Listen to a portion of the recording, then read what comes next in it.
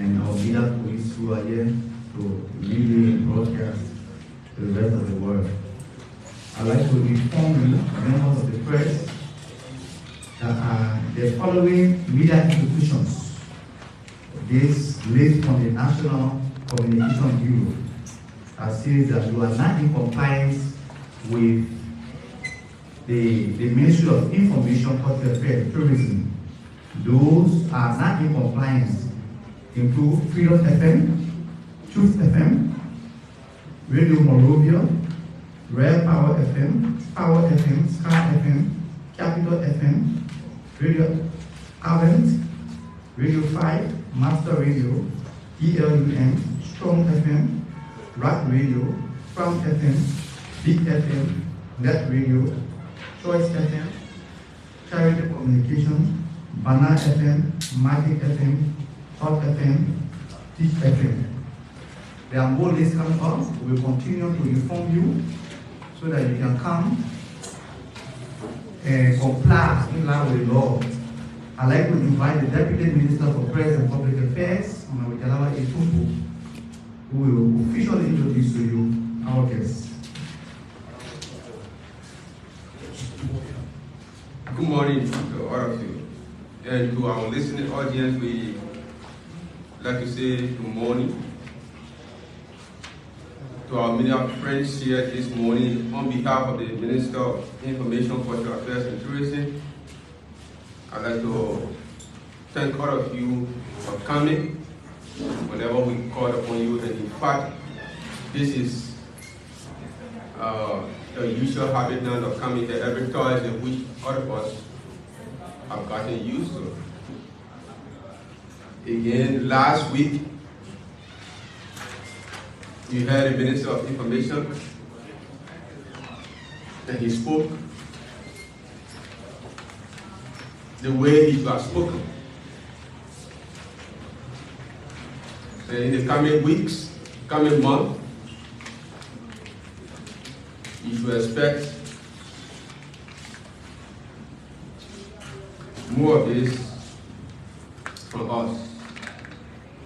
By tradition, because of his presence here, I would like to invite him to the stage, and then he will then introduce to the Liberian people through you, the colleagues who have come this morning to grace our press briefing. Mr. Rennie.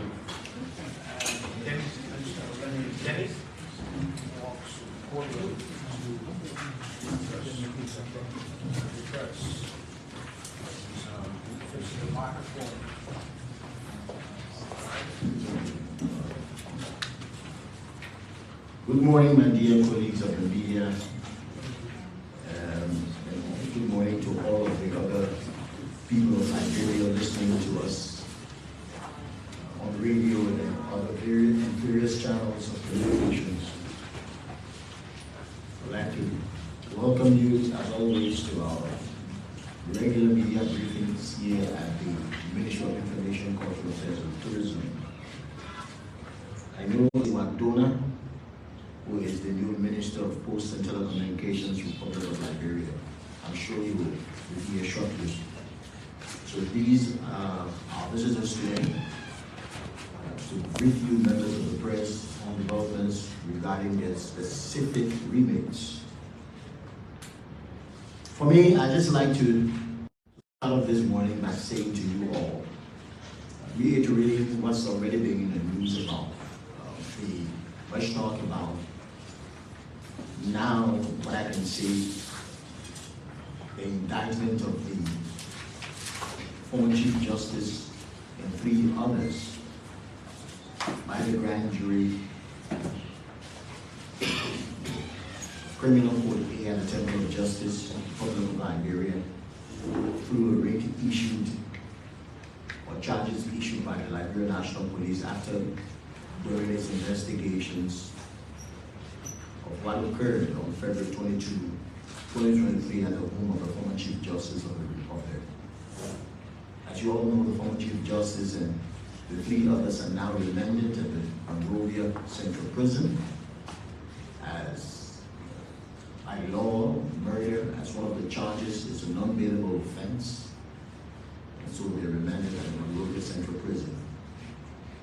respect to the well-being and condition of prison, I can report to you that she's been accorded all of the necessary accommodations and facilities needed to ensure her well-being. As to date, she's okay. She's in one of the female cells of the Liberia Central Prison. And she's doing well. Arrangements have been made for her personal feeding. She's receiving family, guests, friends, and access to her lawyers as required by the procedures of the Liberia Central Prison. And the government wants to assure the public that the well-being of the former Chief Justice, given her role in Liberia, is a paramount concern. The Ministry of Justice, through the Office of the Rehabilitation Prison Division and the Ministry of Justice, is doing all to ensure that the Chief Justice is very well, the former Chief Justice is very well and secured. I just want to make that point, because we've been hearing all kinds of stories about, the well-being. I know Liberia and the rural mail. The former Chief Justice has been accorded all the due courtesies, given the fact that she's a former Chief Justice of the Republic, even though she's been charged with murder. That said, let me now take this opportunity to call on Dr. William Anjala, who is our Minister of Health, to come to the podium and provide you updates with respect to the health situation in our country. Thank you.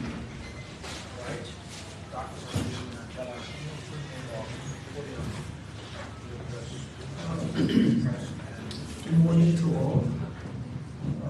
To our dynamic Minister of Information,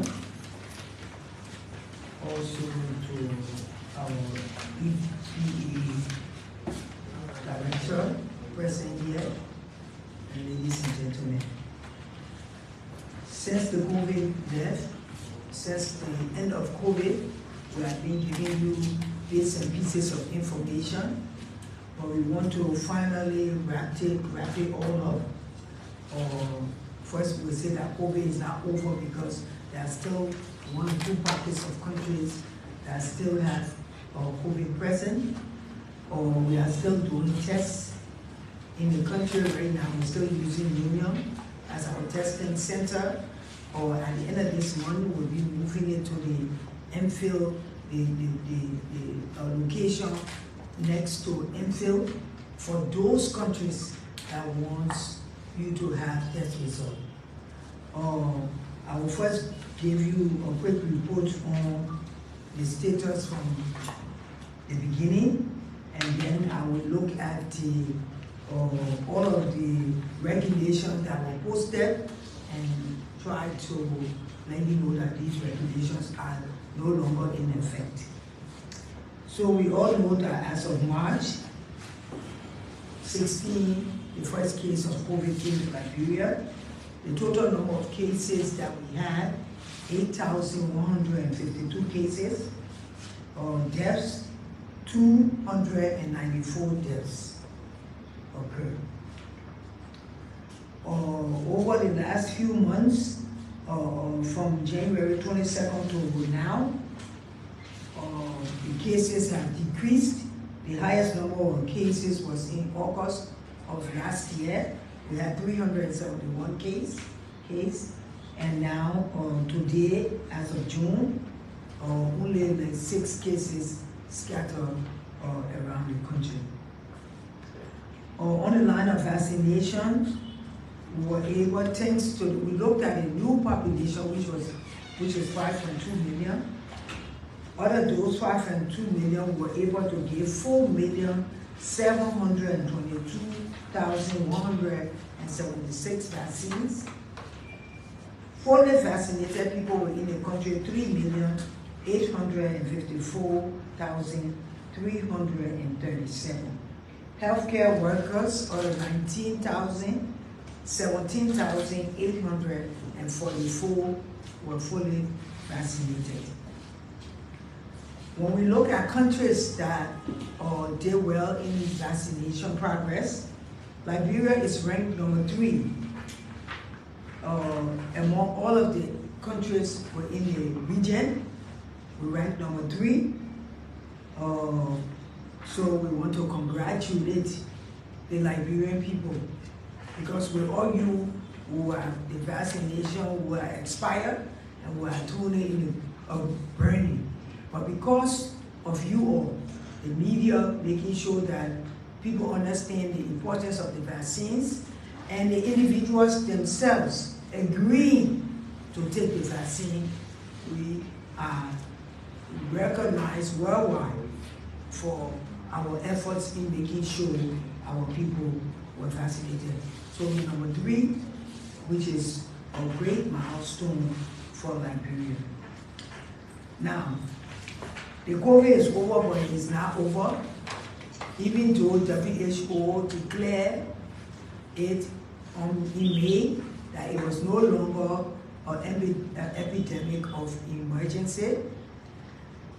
So we're not saying you should go ahead, throw all your masks away, don't wash your hands anymore. This is the rainy season. People have cold, people have cough. We're encouraging people to continue to cover their mouth when they cough, wash their hands, and wear your mask. If you are feeling sick and you are going in the public, you can still wear mask, because you will not only protect yourself, but you will protect the rest of the people that you will encounter as you go about your daily activities. Now, because of the result in the end of the COVID today, Liberia, we went from 1 ventilator at a time. We have 90 ventilators. Some of them are even still in boxes. We're able to distribute to every county. So if you go in any county right now in a major hospital, you should find a ventilator there set up, ready to do work for those who need it. So now we have over 90 or 8 in the country. In fact, I received 1, so we have 91. I just received another one today from Wahoo to the country. On the line of oxygen plants, like we said, we have 11 oxygen plants that we're supposed to be getting. Out of those, 6 are already in country. The one at Starbase and the one in Tottenham-Burke, Bombay County is already running, supplying oxygen to any of the other facilities that need it, because we have transport to be able to transport the oxygen anywhere you need to go. Now, other counties that are expecting the oxygen plant, JFK right here will be receiving one, Grand Bassa, Lofa, Grand Cru, Nimba, Grand Jide, Bong, and Sino.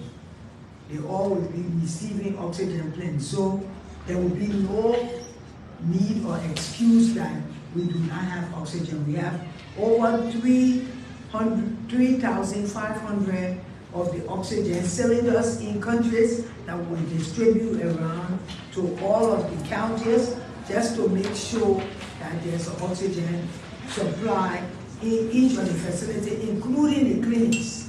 So our clinics, our health centers, and the hospital all will be supplied with oxygen. Liberia has been chosen as the Center of Excellence for Oxygen, so we'll be expecting people from other countries to come to Liberia to train on oxygen therapy. Right now, we are conducting biomedical training, because the people that will take care of the implants need to be trained. We have trainers of trainers, so we are doing more training for them, and plant operation. So how to run these oxygen plants? We have to have Liberians that will be able to take it over. So we are constantly training people. We are able to get, we have the National Reference Lab. We are able to do sequencing, but we need Liberians to train. So everything, we don't want foreigners to come and do these things for us. So Liberians are being trained to be able to run the National Reference Lab, the sequencing process, as well as there will be another lab that will be opening in, is already opening in Maryland County, and we'll be also opening another lab in Palala County. That way we have the capacity to do any lab here within the country. Currently we can do 22 different types of labs for Lassa fever, measles, all those things we can do in country. So except it's something new, even Ebola, you don't have to wait to get the results. As soon as there's any Ebola sign anywhere, we'll be able to test it and be able to get the results within 24 hours. So these are some of the updates that we have. Now, we're getting ready to do another vaccine outreach to people, but this time is targeted COVID-19 outreach. We are looking at the elderly, we are looking at pregnant women, we are looking at all of the remaining frontline healthcare workers. We're looking at key population, people with comorbidities that were not able to get the vaccine. So those are the people we are targeting because they are more prone to maybe getting COVID or other upper respiratory infections. So we want to make sure we leave no one behind. We also, you know that we're doing 5 to 12, 12 to 18 and above. So all of those people have received the different vaccines. Now, if we look at some of the regulations that we have placed on the country during the COVID time, the airport, we have said that going forward, you do not need vaccine certificate to go in and out of the country. You do not need even to do a COVID test. But if you have your vaccination card, do not go and say, oh, they say COVID over 3 months away. Please keep it just in case you are traveling or someone asks you for your COVID card.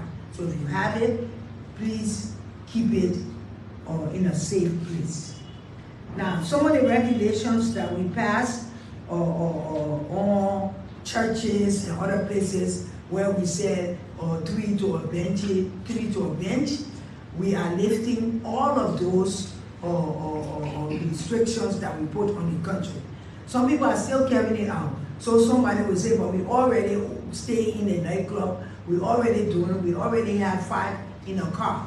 But we officially say it's okay. You can go back to more than 5 persons or 4 persons in a taxi. I think there was 3 in 1. So you can go back to that. Or if you are listening and you've been writing us to get clearance to move your body either from Liberia or to bring their body into the country, we are lifting that. You no longer need to write to us and say, I want to move my body or I want to bring it into the country. So the sporting events, the crowding, all of those things, we are officially lifting it. So please get it straight. The last time I was here, I said something, somebody said, they called me and they said completely different thing that I said. So please, everything is canceled as of now. Or community dwelling, or supermarkets, all those things. When you see those lines on the ground, you no longer have to stand on the line. But knowing that COVID was here, don't go stand right behind somebody in the supermarket. Get in space. You know, from your experience, you give people space. Continue to wash your hands. That's very important. So these are some of the things. On the line, one of the other things, lastly, I will bring to you is the at-risk youth program. The president has said this is an emergency. So for us, we are looking at it like COVID, like Ebola. That's how we're looking at the at-risk youth program right now. So we are working, we have already set up an IMS. That means we have a group sitting, meeting every 3 days to discuss our way forward. We are meeting with all the different people that are doing things here in Liberia. So if you have a center that you are doing work, especially we're taking the first 4 counties first, Monserrado, Mount Gibby, Grand Bassa, and I think Bon County.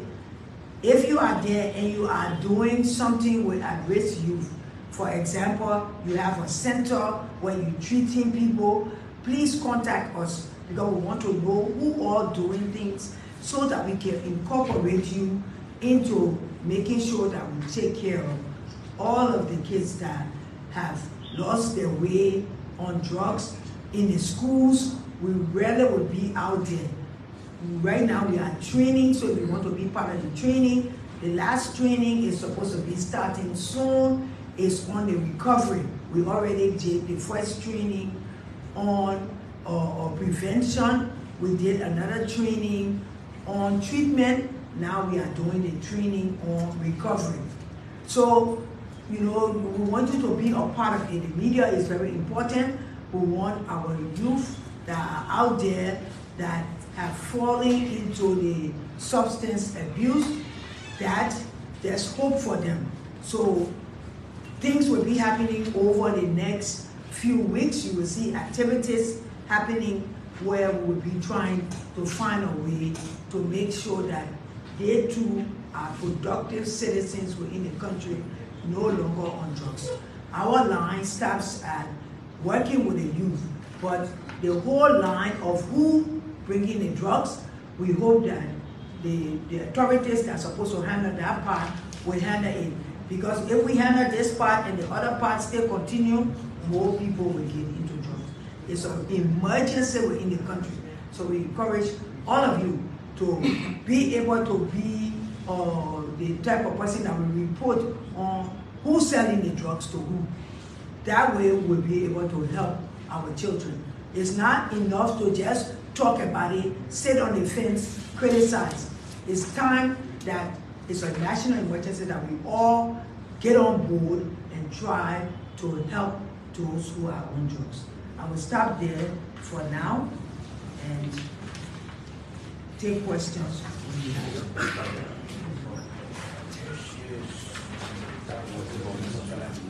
Thank you so kindly, Dr. Chala. Let us now have Prof. Stappe do his presentation, and I hope that you will have the opportunity to also ask Dr. Chala whether we can still use no mask. You can see many places I go, I see people still using them, whether that is lifted or is still exposed.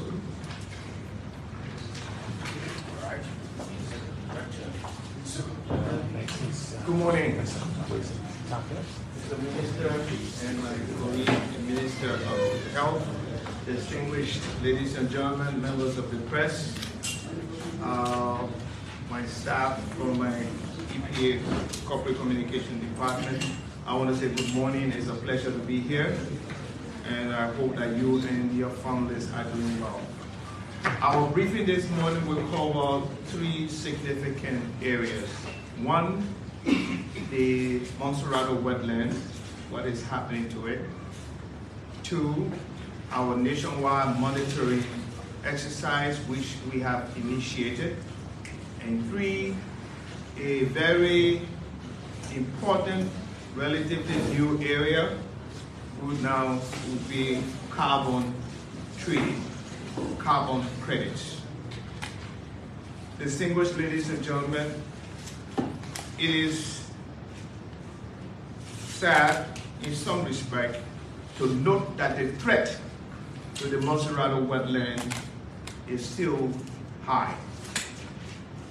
The wetland, as we have in Monserrado County, is in the county of Monserrado, and it covers about 6,760 hectares. The site harbors 3 of the 6 mangrove species found in Liberia, the others being Lepiso in Grand Cape May County, Patawi Waterfalls, and Wading. There are a few others like the Marshall wetland that is under gazettement at the moment. Why are wetlands so important? The wetlands serve as a habitat and breeding ground for marine species and provide a number of important ecosystem services and benefits that contribute to poverty alleviation and food security, including raw materials, protein, and opportunities for recreation, and tourism as well, and moderation of extreme climate events.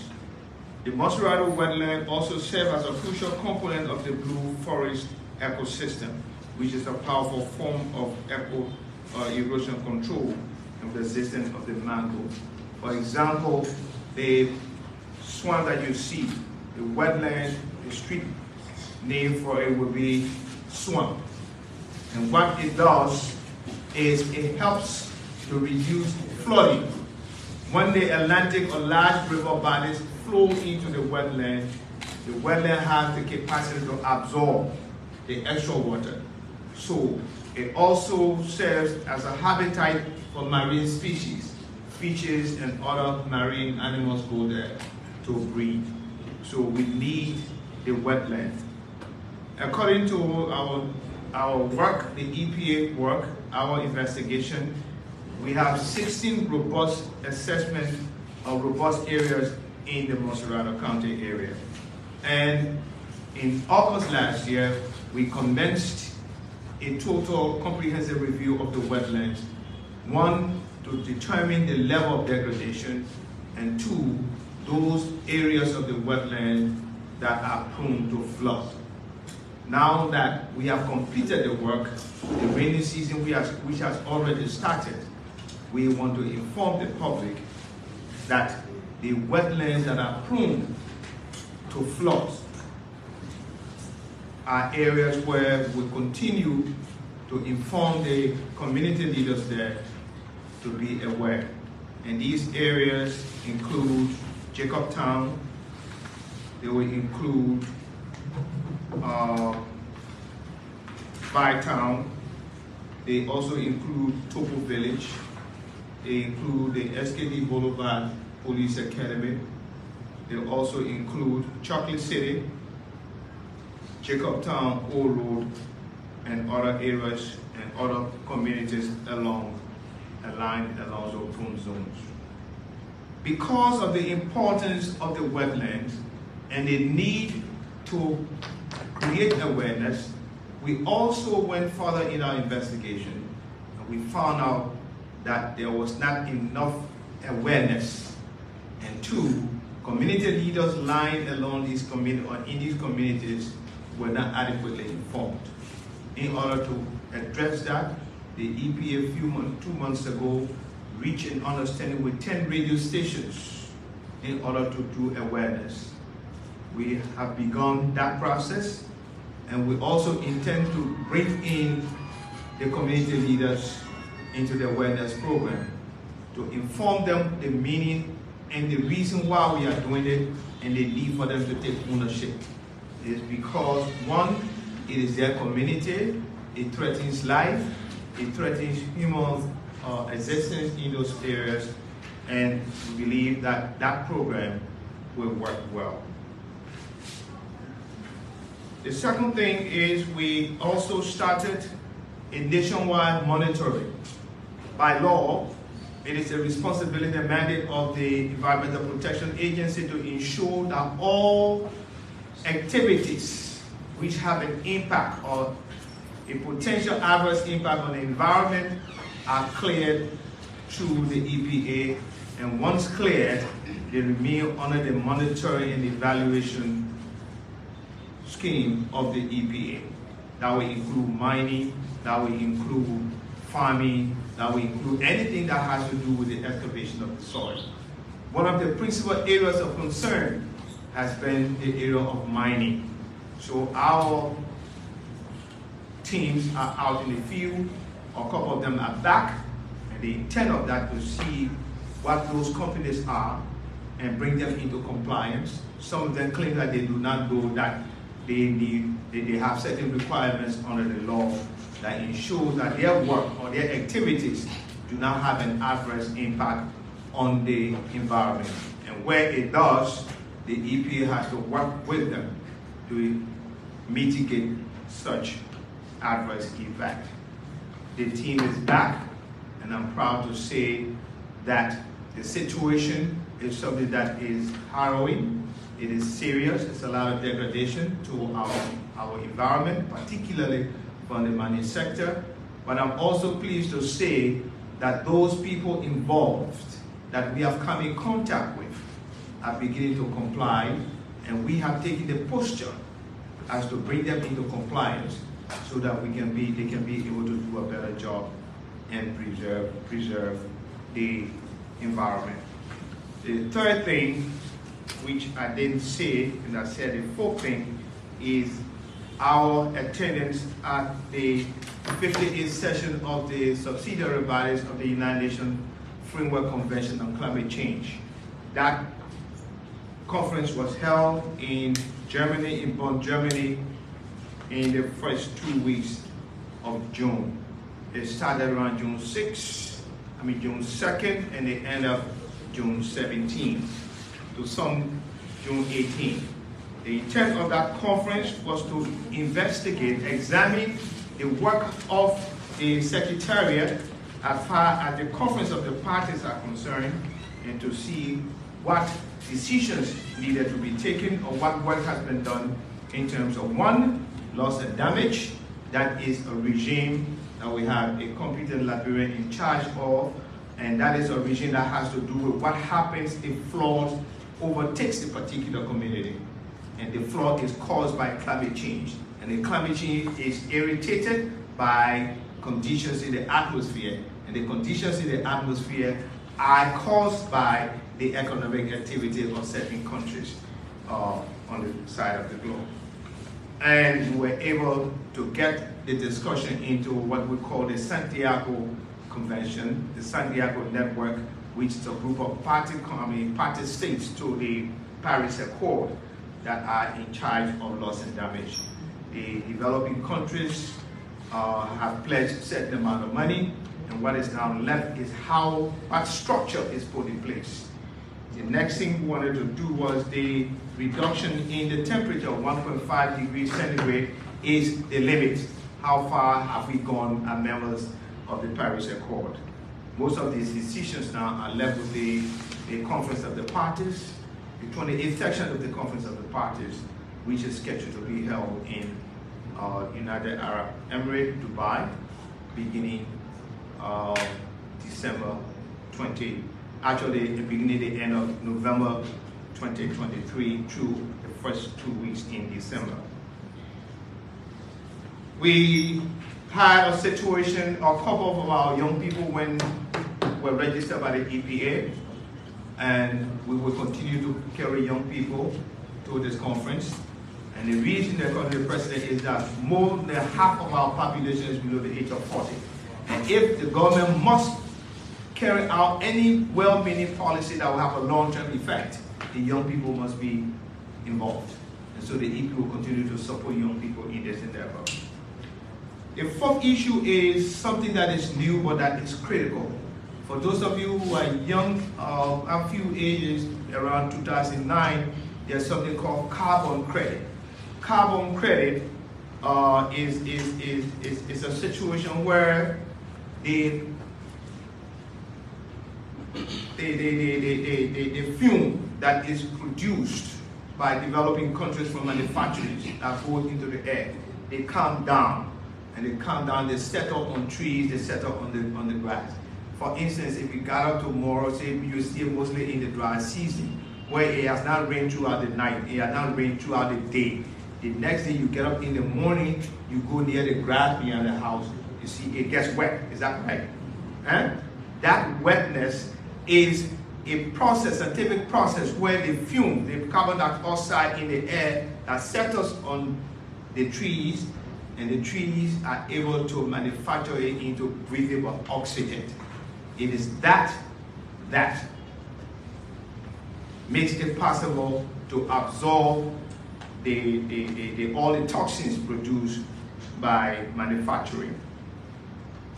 Several years ago, back in 2018, 2019, the president of Liberia, President Weah, initiated a discussion with the UN, and through the Food and Agriculture Organization, a grant was given for Liberia to investigate what it has in its forest, what it is forest cover, what is in the forest. Why do we need to do that? We needed to know the level of the forest cover, which traps the carbon dioxide and transform it into breathable oxygen, and the diversity of species. I want to also recognize and thank the management of FDA headed by Mr. Steve McDoyan that was critical in this particular exercise. In fact, they were the forerunner. They went into the project thanks to FAO once again, and as a result of that investigation and that work, in 2021, Liberia developed its first national forest inventory in 30 years. And what came up out of that result of that study was that Liberia now has at least 6.6 hectares of forest cover. It also established that our country has one of the most diversified forests in terms of species.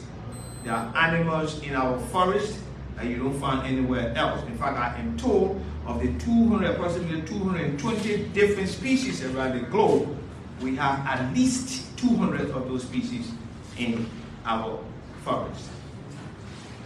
Now, each hectare of forest, green forest, we call it green forest, I'll come to the other one.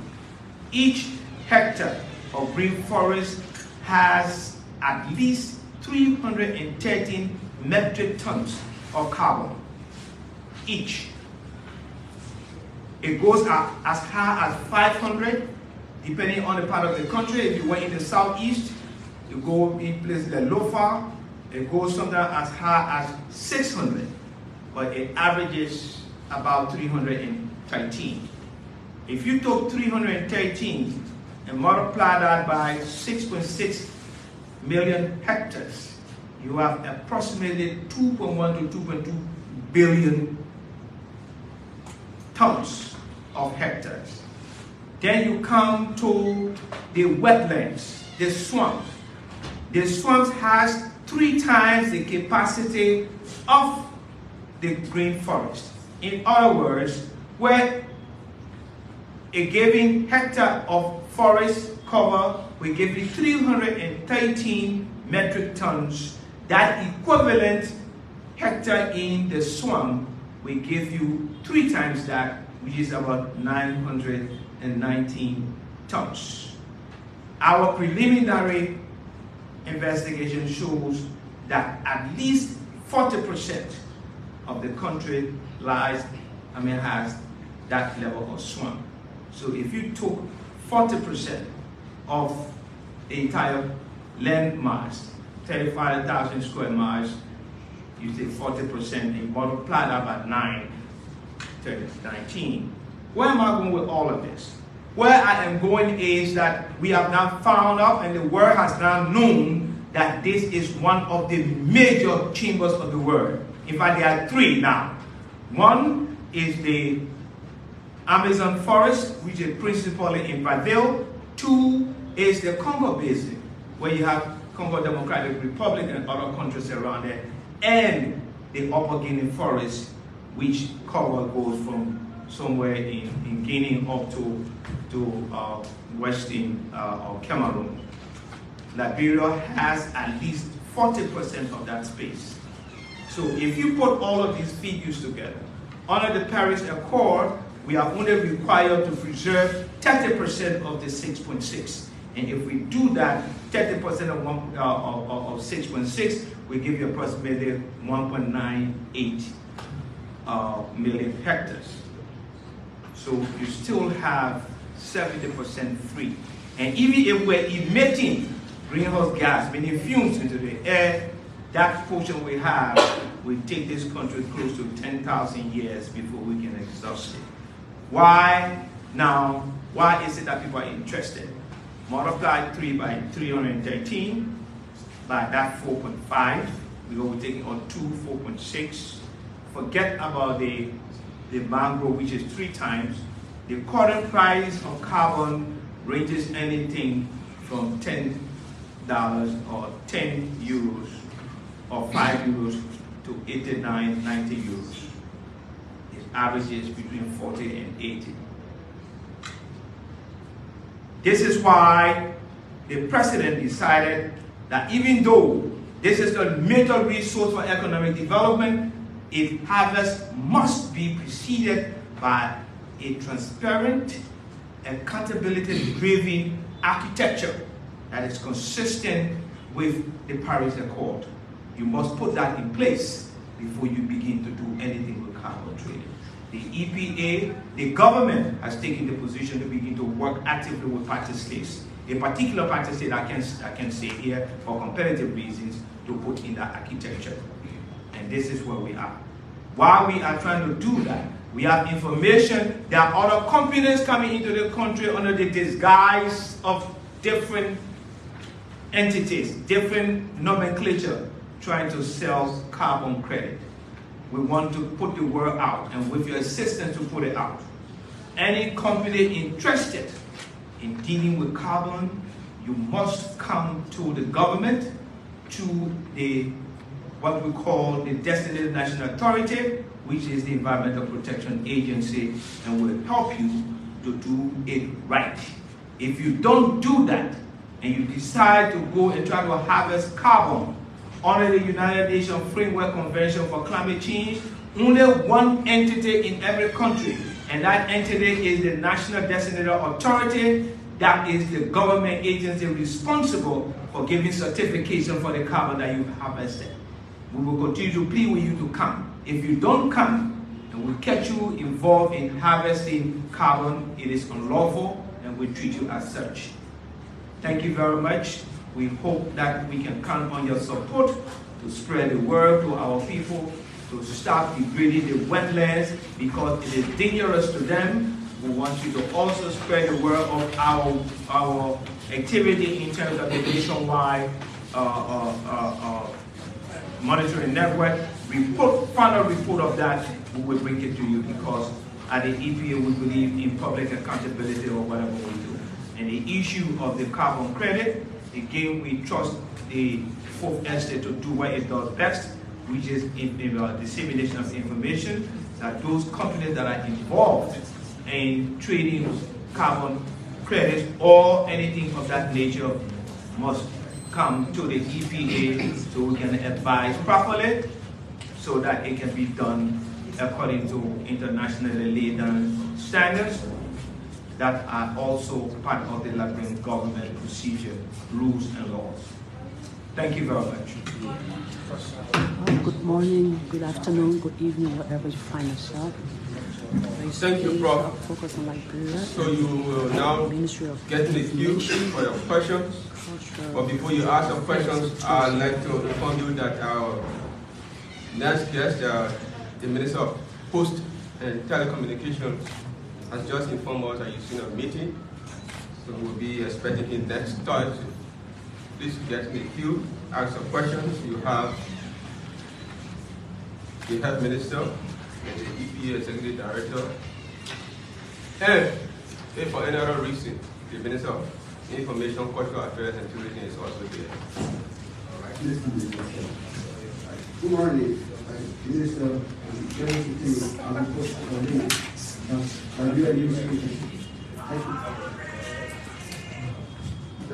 My concern have been doing student things for your comprehensive evaluation of the minister. Some institution that was set up during the dangerous time of COVID-19 now, and you are a little bit small. But my concern that has been with the taxi driver. Too many Liberians have been carrying on comparative analysis. That is looking at other countries around the world, in Africa. They use 2-3% at the back of the taxi. Now, before the COVID-19, that was the issue. Liberians were finding uncomfortable at the back of the taxi. Now, coming back, Liberians are not enjoying the comfort of 3% at the back. Coming back, 4% at the back of the taxi. Are you looking at the comfort of Liberians? Are you not, it will not break out the conflict among taxi drivers and the passengers? Thank you. My name is Prince Chairman. I report for the property.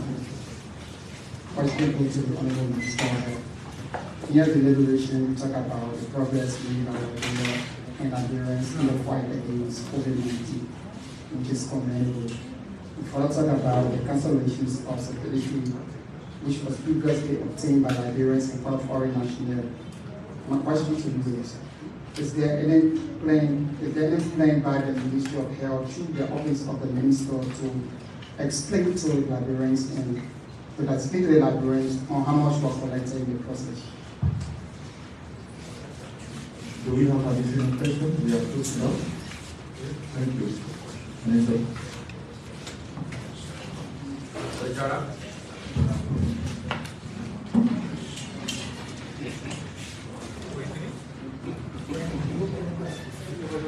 On the line in transport, not only taxi, cab, or motorbikes and taxis.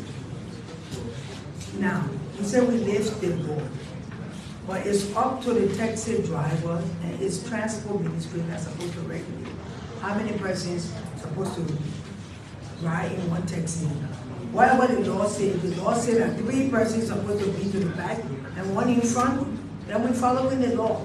We're only lifting the restrictions that we put.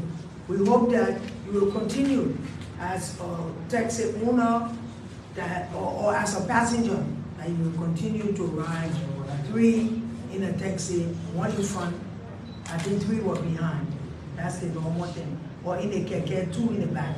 Nobody squeezed the driver. On the motorbike, we're hoping that it will be, it's supposed to be only 1 person behind the motorbike driver. But we see a lot of people in the back. So we're hoping that for your own safety, because you got to take charge of your own life, for your own safety. When you see the man put 3 or 4 persons there, say my man put me down. If you want to do that. So we all got to step up. You know, everybody looking for somebody to do something for you. But what are you going to do for yourself? It's not safe for you to be 4 on a motorbike, so don't do it. So, but we depend on transport to make sure that they keep enforcing those laws. On the money collection, I cannot tell you that now because they haven't given me the total report, but the reports have been filed and at a different given time. In fact, I will bring the finance man to be able to give you that report. Thank you.